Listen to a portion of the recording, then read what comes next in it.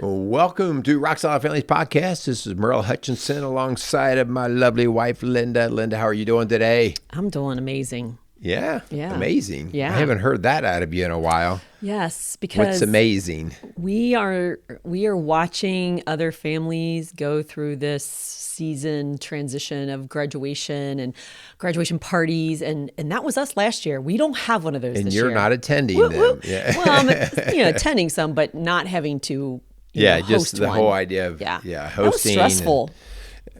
More for you than for me. So I will confess. Yeah. I will confess. Yeah. So we are talking about graduation. Now what? Right. And we're going to talk more from the parenting perspective.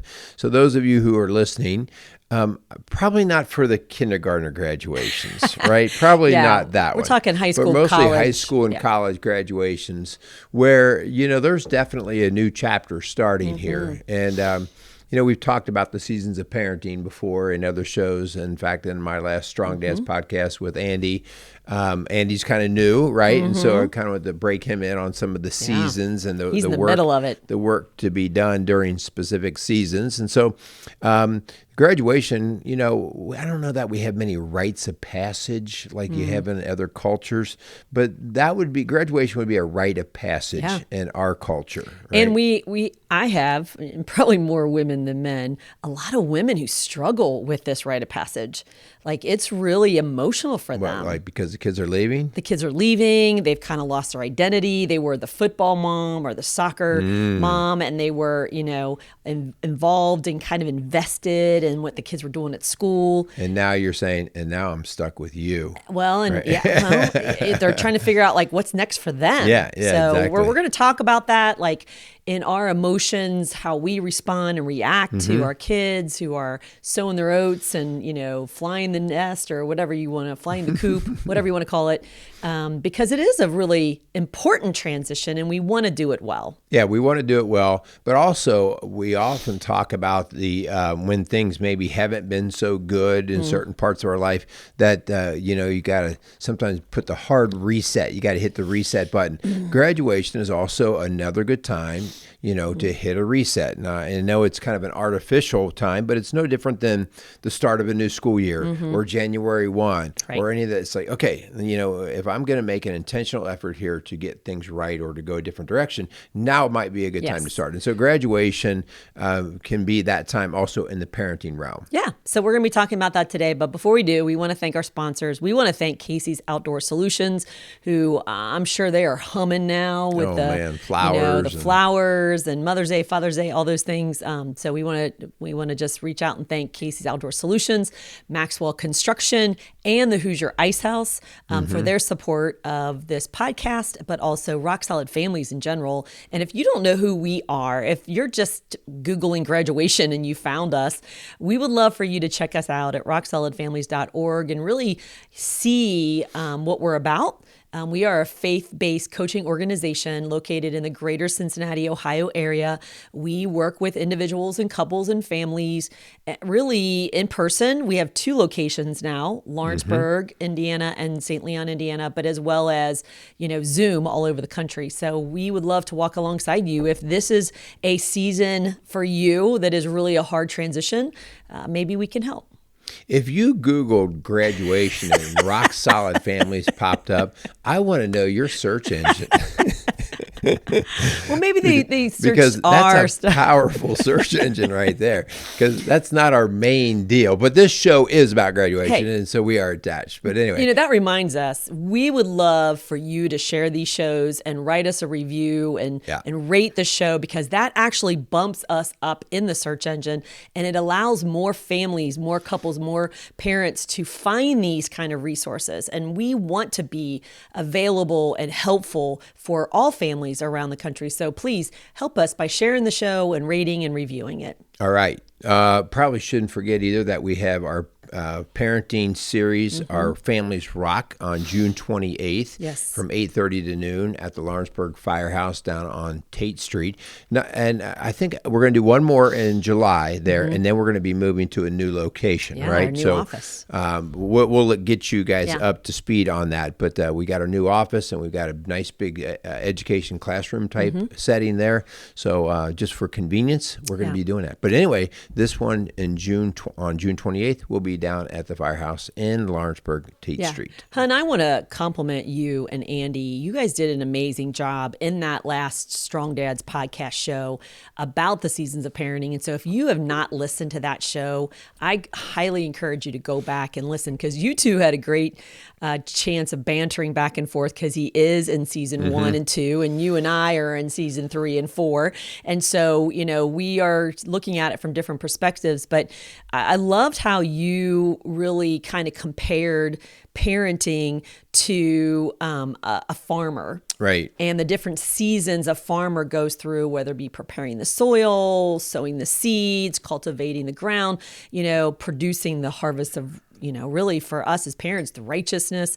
So it does remind me of that parable of the sower. If you have never read that, I know several Gospels have it, but the Matthew 13 has that story of just like what our soil looks like and how it produces fruit. And we're really talking about that as parents. Like, what are we producing?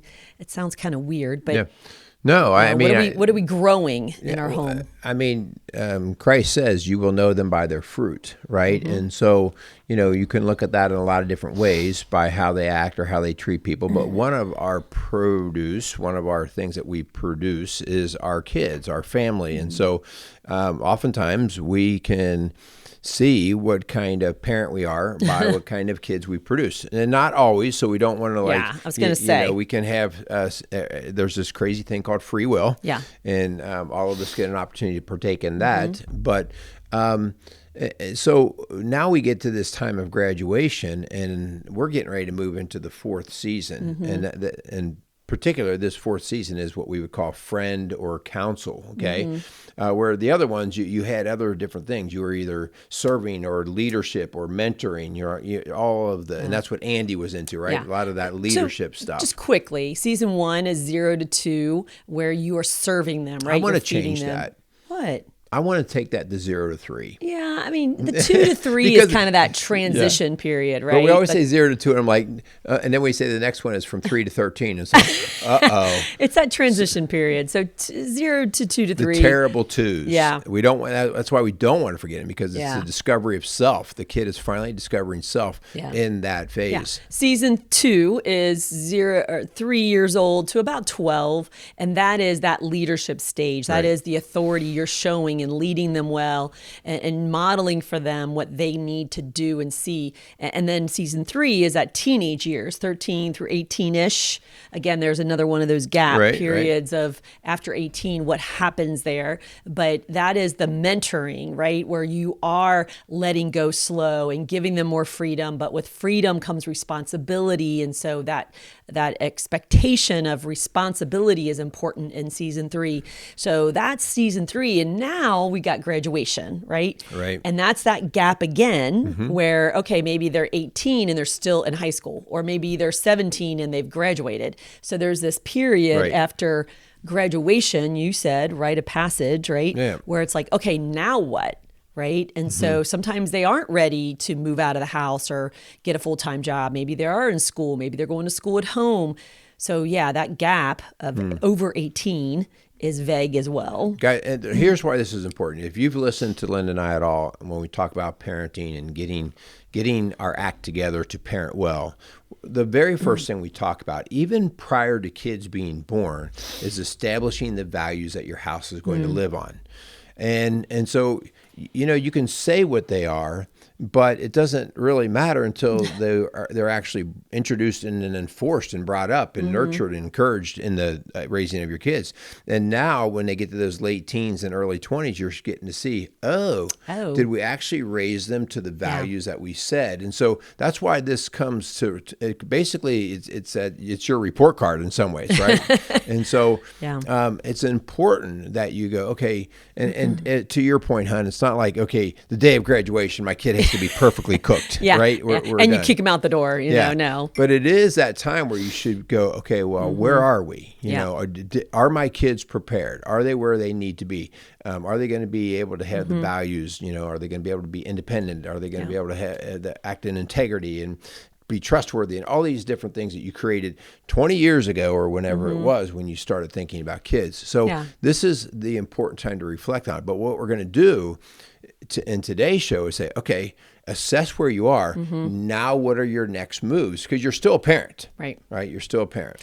And your child's not be able to read your mind. And so if you're thinking, oh, he's going to be independent and he's going to do everything on his own and be responsible for his own bills and his own decisions, like, don't just assume that. You know, assumptions get the family kind of stuck in this cycle of like disappointment and unmet expectations. And so you want to clearly define the relationship and really kind of clear up any confusion, but you want to maintain that relationship. Yeah. And you do want to transition into more of a friendship and stepping back and not controlling their decisions and not saving them from their consequences. That should have happened in season 3. Right. And so that would be our first point, right? Our first point is to now be very clear about the idea that you want to maintain your relationship. Well, then what will that look like? And as an adult. Something that is different at this phase is your kid, your young adult child here, is you want them to weigh in on it. You know, what does it look like for you? Okay.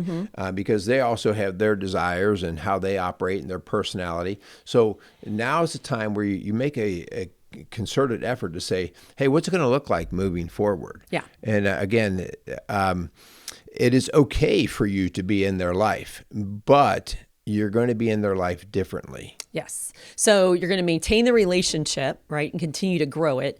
But point 2 is you're going to establish very clear boundaries, healthy boundaries. And, you know, we have 5 children and our last one is in our home and she is turning 20 this summer. So we are in this season right now where she needs to know, hey, you want to be treated as an adult. Right. Then that means we're not paying for your specialty coffee or your gym membership or, you know, that those are the things that you want. Great. But you're going to have to fund those. So we want to make sure, and I don't want to surprise her. I don't be like, oh, surprise, we're not doing that. We want to clearly communicate that in a loving, respectful way, that this is what's happening from now on. Yeah, I think it's important that you lead up. You know, all of a sudden they're hit the graduation or whatever. And it's like, okay, here's your rent bill. Here's your, you know, I mean, that throws people into shell shock and it brings in an emotion that we really don't need to deal with. Instead, you know, when they're in their mid to late teens, hey, you know, just so you know, Mom and I, when you get to this point, here's what you can expect out of us. Whether it is you're gonna take over your own cell phone bill or your insurance bills, or you're gonna pay all your bills, whatever it is, it doesn't matter. The point is you've clearly laid it out so that your kid knows what to expect. Yeah, and so the next step is to really expect and foster true independence. And so it's not just about finances, right? It's about taking ownership of their life spiritually, emotionally, practically. And it really means for us, and especially mom, resisting the urge to weigh in. I see this to weigh in, but also to save. Yes, I see fathers, especially if they have the financial resources, easily falling into wanting to rescue, okay, where, you know, hey, I know you're getting ready to buy a house or whatever, or car or whatever. And again, I'm not saying that's bad. What I'm just saying is you want to define it as to what it would look like. Your dad helped us buy our first home, but it was very clearly laid out as to what it would look like. It wasn't just a matter of, well, whatever they need, just keep writing blank checks, you know. So it kept you and I kind of in a good place of being thankful, but also knowing somebody had our back. Yeah. I mean, you're right. He gave us a loan for our down payment because we were 2 broke college students coming out of college, starting to teach, which that didn't really mean we're going to make a lot of money. Right. And so instead of rent, he said, I will loan you your down payment. Yep. And we had a little loan book where we were paying interest on that, getting it back to him. And so I love that because it was helping us he was helping us to raise us as adults, Right. not dependent kids who were waiting for the next handout. And so Galatians 6:5 says, "For we each will have to bear our own load." Carry our own load. And so we've got to help to learn and teach our children, teach our children how to carry their own load. Yeah. Hey, breaking news. They're going to make mistakes. Yes. Okay.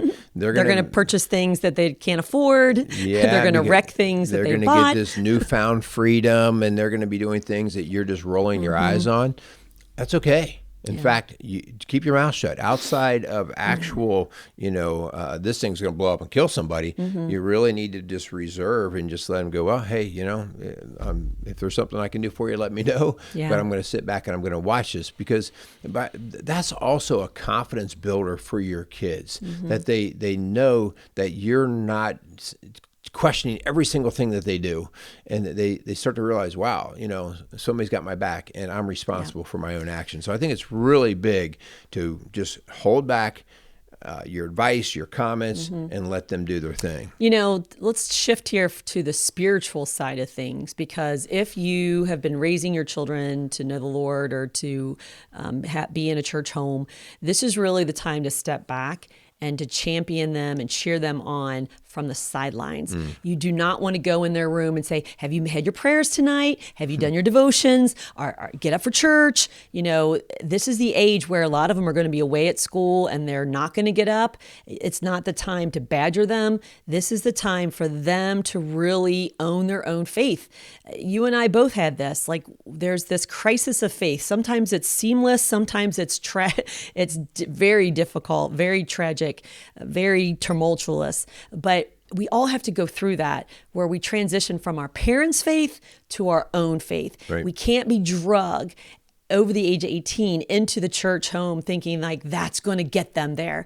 They've got to want that themselves. Yeah, and that is such an important thing. I think we grew up, and I will say well through our 20s, of still living our parents' faith. Yeah. And by the way, this is not a slam on the parents. This is a slam on us being blindly led. Yeah. Like, in other words, we never actually dug in on our own, because basically the dinner plate was set all the time. So why should we have to go dig for Why the do food? I believe what I believe? Yeah, and so it was kind of that lack of satisfaction, I think, mostly on my part initially, just saying, I don't even understand this stuff. Let your kids question that. Let them question it. When I say kids, I'm saying adult kids, okay? And then I think the one thing that we did, and I'm not saying it's right or wrong, it was just kind of what came to mind, was one of our sons pushed back pretty hard in his college years. And it was just like, okay, I get it, but then what are you going to do? So you dig in. And so it's all we did is said, the challenge you have is to dig in, and doing nothing. Yeah. We are going to be more on your case about doing nothing than you digging in and proving. Damning him to hell Yeah. or condemning him for questioning would have pushed him further away, I believe. And honestly saying, hey, we get it, because he kind of felt duped. He kind of felt like we had brainwashed him in this little small town, in this little church home. Like, he wanted to sow his oats or kind of see what else was out there. And so we had to respect that and say, okay, God, I'm going to trust you. In Proverbs 22:6, where it says, train up a child in the way he should go, and when he is old, he will not depart from it. That, God, we've done our job. We've planted those seeds. We've tried to model. We've cultivated it as best we can. But like you said, hon, at the top of the show, he gives us all free will. And, to love him and receive him and obey him or reject him. Yeah. Let's just say they reject faith completely. I've seen parents that have had that. Yeah. I mean, you may still have a very valuable part in helping them. And that is by being full of grace and full of love and full of truth in a good way, right? Just the fact that you model being that solid person can be very attractive to them. Yeah. So they may just be rebelling against so many of the different ideas and concepts. Legalism. Yeah, the legalism in church or whatever. You just being solid in terms of why you do what you do and not preachy, right? Let's just get more into let our actions teach. Yeah. Those are things that your kid, even if they're 25 years old, they're watching. They want to see integrity. Yeah. Right. And not perfection, integrity. And availability, hun. Again, I hope you go back and watch the Strong Dad show with you and Andy, because Andy brought up a good point, is that the people that didn't push advice down his throat or get preachy on him, the people that were available and were grace-filled, they were the ones he went to. Yeah. When he needed some answers or had questions. And so we want to be available. We want to be full of grace, but also full of truth. So I'm not saying compromise the gospel or the truth of God's word, but Jesus didn't shove it down people's throats. He made himself available. He loved them through it. He didn't condemn them for their questions or their faults or their weaknesses. But that's what we need to do as parents. And I think that you'll see a reap of harvest of righteousness, and maybe not now or this year, but in the years to come. Yeah. Let's move on to the next one. Okay. So the next one, man, this is one where you just make assumptions completely. There are so many things that you do as an adult that you've been doing for a long time, and you just assume that your kid's going to get it. I mean, I'm going to date myself here, but writing a check, and a lot of people don't write checks anymore. Yeah, they don't even have checks. Yeah, but that whole idea of maybe how to open up a bank account, how to get a credit card, how to pay certain bills, all of these different things. These are the practical life duties. And, maybe you were making an assumption that the school was somehow going to cover this stuff. But first off, letting them know, well, hey, these are some of the regular duties that you're going to be just dealing with. Let me know if you need help. Let me know if you don't know how to get insurance or, pay your taxes, talk do to your somebody laundry. you need to talk to for that stuff. Our second oldest son was angry at me because, in a funny way, but I never taught him how to do laundry. I did his laundry. Which is really crazy, because we've done that with our younger kids. I know. I learned the hard way. But he's like, thanks, Mom. I have no idea. And so here he is in college and asking how to do laundry. So that really reminded me, Linda, I did not prepare him to be able to live on his own. And that was wrong of me. I think he's doing quite well. He's doing quite well. Yeah. But, you changing tires, you've gone with the guys and helped them learn how to change tires, change the oil, things that they will have life lessons with. Yeah, these are just the practical things that, they can be real stumps and I don't know what to do. And the next thing you know, your kid's paralyzed. Just help them out, right? Yep. All right. So the last part, guys, is just that whole idea. I'm thinking right now, because I'm trying to be a good guy. What? We have a robin's nest. Oh, goodness. On our deck. And it's pooping all over our deck. The deck is covered, right? The deck is covered. And so there's a couple beams that go across the top. And the nest was being built by Miss Robin. And we're like, oh, no, because she's already pooping all over and everything. And so I get up on my ladder, and I'm like, I'm not going to let her do that. And so I remove the nest. What does this have to do with anything? Hold on. Within 2 hours, I come back, and she's back to building the nest. And a mess all over the deck. Holy cow, you are persistent. We went to bed, and the next day I woke up, and the nest was completely built. Yes. And there were 2 eggs in it. I did not have the nerve. At that point, I was like, oh, she means business, right? So we have left this nest, all right? And so now my job is I just have to sit and wait. So I literally was Googling how long does it take for eggs to hatch. Because we're still getting a mess. Yeah, and how long? And we got Father's Day. We have different events coming, and the birds are going to be the hosts, right? And so the idea here now is there's a point where you have to sit back and you just don't do anything, right? But you pray. Like right now I'm praying that the birds fledge from the nest and they get out on their own so that we can have our party. But we'll still have our party. Yeah. But the idea, guys, at some point in time, there's nothing you can do. right? Other than, and I'm not minimizing prayer, but your job is to sit back and to pray, right? And to just be thinking about them, being the encourager for them, but you're hands off. But that's my point about the nest. I'm hands off right now. But I also am thinking of those little babies and how their mouths are open and the mom is dropping the worms into their mouth and she's feeding them. But at some point, those birds are going to get strong enough and healthy enough where they're going to fly out of the nest. Right. And that's where the mama bird is like, oh, but that's our job is to help them. Does? That's what real moms do. They struggle sometimes. And I'm hoping that, ladies and gentlemen, I hope we cling to Psalm 127:1, where it says, unless the Lord builds the house, those who build it labor in vain. And so I'm just asking you to surrender your anxieties to God, trust in his ways. Don't try to power up or control your children thinking like, I'm scared they're going to move out. I'm scared they're going to move away, and what that looks like, because God's got them. God's got them. When our son went 3,000 miles across the country to Coronado for buds in the Navy, I had to trust. There's no way he wanted mommy to come with him and to protect him when he was doing one of the hardest things he's ever had to do in his life. And so I had to trust the Lord. He had to trust the Lord. And it turned out pretty good. Right. But I'm not saying it didn't come with some anxiety. Well, so you're getting to the whole point of, we're talking about the kid not being prepared and maybe insecure about going out of the nest. Oftentimes it's us parents. Yes. And so we have to grab hold of our own insecurity. It really is disheartening for me to see a parent who is holding back an adult child. No, you're not moving to California. Or you're not joining the military because I can't take you doing that. It's like, well, who is this really about now, right? And so I think we just want to encourage, listen, if you are, and we understand why you would struggle with it, okay? But if you're struggling with that, it's not about you. They're trying to fly. God gave them gifts.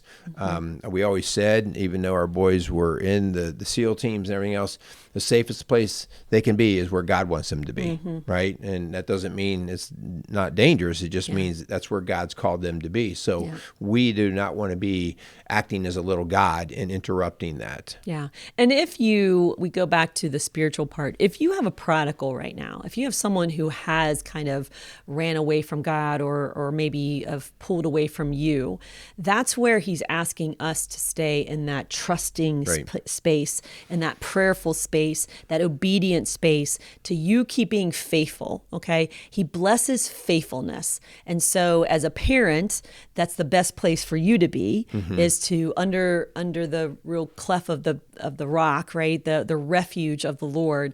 And, that is where we're going to find our strength and our peace and our comfort. And so if we can help in any way because of that situation, it's made it even more hard in this situation, please, come reach out to us. We would love to help walk alongside you as a parent. If you have a young adult who's struggling with launching, we've done shows on that. You can even Google and type in failure to launch and check out that show. But we really hope this next season is one of fruitfulness, right? And one of faithfulness to God. And we just got to, as parents, model that for them. Yeah, one of the greatest things, guys, that we've had to experience, got the opportunity to experience, is having the friendship with the adult kids. And so in order for your kids to even want to be friends with you when they're an adult, you got to be a good friend. In other words, not overbearing, not the dictator in the friendship. And so at some point in time, you recognize, what would it take just to be a good friend to my kid? Yeah, not to be a usager. You haven't used that term in a while. Yeah, what's a usager, right? What's a usager? So that's your homemade word. What is it? This is my unsolicited advice giver. And as parents, we want to do that. We want to give advice, because, and it really is about us, like feeling, we think we're helping them, but it really is about us feeling like we're valuable and we're needed. Or anxious and worried. Nervous about it, And so it's the idea of just backing off and letting them spread their wings and get out of the nest that's on my deck that's making a big mess right now. That's what it's really about. In God's timing, not ours. Yeah. All right. As Linda said, guys, feel free to reach out to us. You can check us out. Gosh, we got so many different things going on. We're bringing on new staff, lots of summer things going on. So So feel free to check out the website at rocksolidfamilies.org. Anything else you got? Yeah, I mean, you mentioned our 2 new staff members, but Andy Dalton and Kim Hackworth are going to be our new team members who really have a lot of years of experience with working with teens and young adults. Yeah. And so if that's something that would benefit your child and they're open to it, reach out to us at rocksolidfamilies.org, and we'd be glad to connect you with one of our team members. All right. We want to thank our sponsors again. We want to thank Maxwell Construction, Casey's Outdoor Solutions, and the Hoosier Ice House for continuing their support and sponsorship of the shows. Yeah. So thank you so much for listening to the Rock Solid Families podcast, building a stronger community, one family at a time. Make it a great day. Wants to thank Casey's Outdoor Solutions for sponsoring the Rock Solid Families podcast. Casey's has grown to be one of the largest and most unique garden centers and gift shops in the Cincinnati tri-state area. Whether you are looking to take on that next landscape project or simply add a little home decor to your house, Casey's has you covered. Located at 21481 State Line Road, Lawrenceburg, Indiana. Call them today at 812-537-3800. Let Casey's help you add beauty to your home.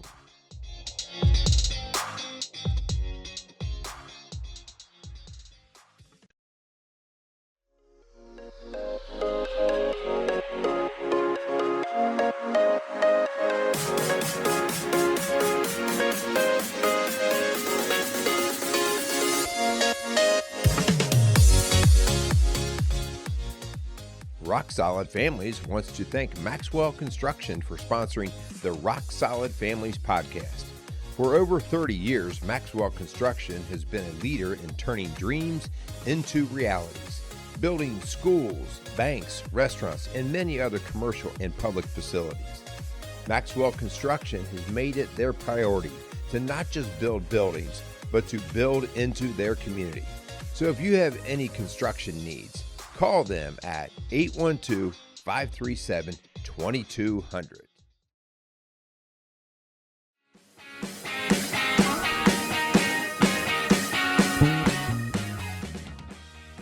Rock Solid Families would like to thank Hoosier Ice House for being a proud sponsor of the Rock Solid Families podcast. In the heart of historic Lawrenceburg, Indiana, the Ice House is at the corner of Vine and High Streets. The historic building evokes a feeling of comfort with spacious indoor and outdoor dining, a large bar, and comfortable dining areas. Large enough to host parties, yet intimate enough to feel like your favorite neighborhood restaurant. So thank you again for the Hoosier Ice House for sponsoring the Rock Solid Families podcast.